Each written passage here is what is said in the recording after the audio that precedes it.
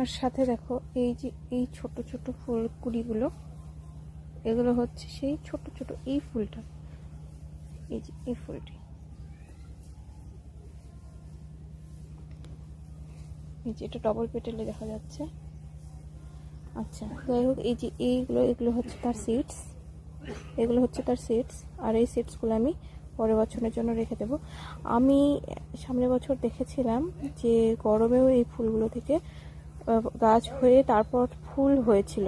তো এবারও আমি কিছু সিডস মাটিতে দিয়ে দিয়েছি, নভেম্বরের দিক থেকে ফুল হতে শুরু করেছিল, তো সেই সিডসগুলো হয়ে গেছিলো অনেকটাই।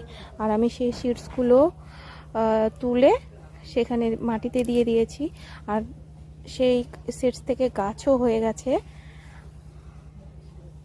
আর এই সিডসগুলো আমি পরের বছরের জন্য সংরক্ষণ করব।